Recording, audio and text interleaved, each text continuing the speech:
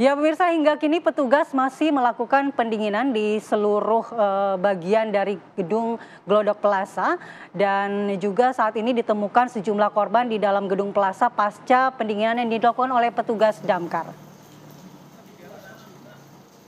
Terdata sebanyak 4 jenazah telah ditemukan dengan 3 jenazah telah dibawa ke Rumah Sakit Polri Kramat Jati, Jakarta Timur dan 1 jenazah lagi masih berada di dalam gedung. Data korban hilang yang diperoleh tim Damkar DKI Jakarta bahwa 13 orang dilaporkan hilang dan belum diketahui apakah keempat korban tewas yang ditemukan termasuk dalam 13 orang yang hilang tersebut. Korban tewas sebanyak 4 orang ditemukan keberadaannya ini di tangga darurat akses jalan keluar gedung. Salah satu lainnya di ruang kantor yang tertimpa reruntuhan bangunan. Petugas damkar juga kini masih berupaya memaksimalkan pemadaman sampai dengan dinyatakan aman dan menelusuri kembali dengan mencari korban susulan dari total laporan kehilangan.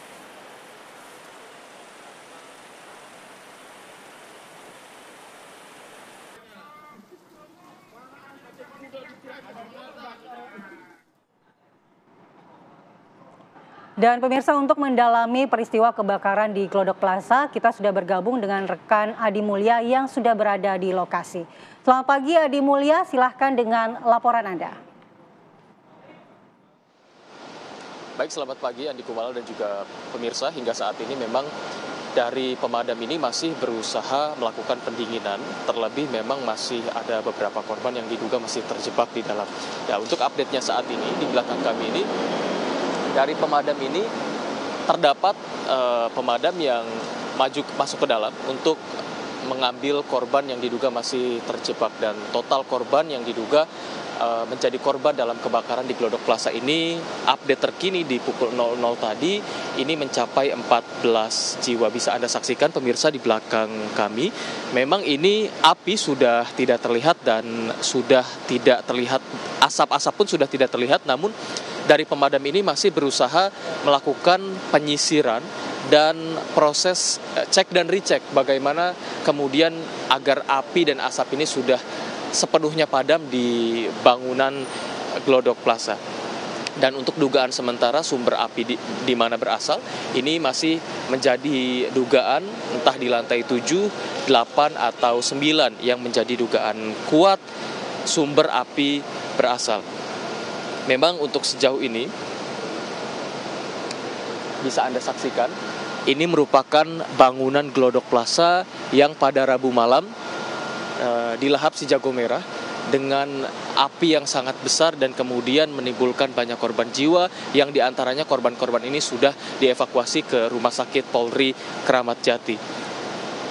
Nah, pemirsa bisa Anda saksikan, ini merupakan bekas-bekas proses pendinginan dan juga pemadaman dari pemadam kebakaran yang hingga saat ini memang masih terus melakukan pendinginan. Dan bahkan saya sempat sebutkan tadi, pihak pemadam ini masih berupaya mengevakuasi korban yang diduga masih terjebak di dalam.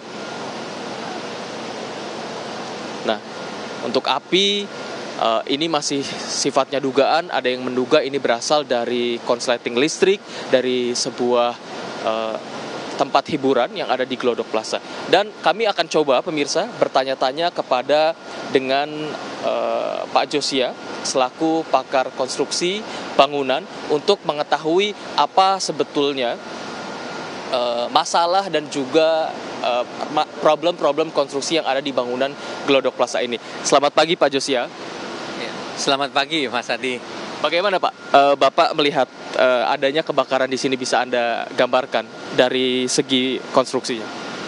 Iya, kalau saya lihat dari sisi konstruksinya ya, memang ini merupakan kita lihat bangunan beton, dan pastinya kalau suatu bangunan mengalami kebakaran itu pasti akan ada pengaruhnya terhadap strukturnya. Jadi artinya belum tentu katakan misalnya tidak kuat, tapi pasti akan ada pengaruhnya.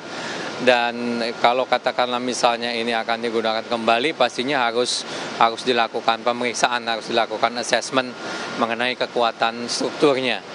Sebetulnya Pak, apa yang seharusnya jadi fokus agar bangunan itu aman Pak dari bencana kebakaran Pak? Iya, Jadi sebetulnya pemerintah sudah mengeluarkan banyak undang-undang, juga termasuk undang-undang bangunan gedung ya. Yaitu ada Undang-Undang 28 tahun 2002, kemudian juga ada turunannya itu mengenai peraturan pemerintah nomor 16 tahun 2021.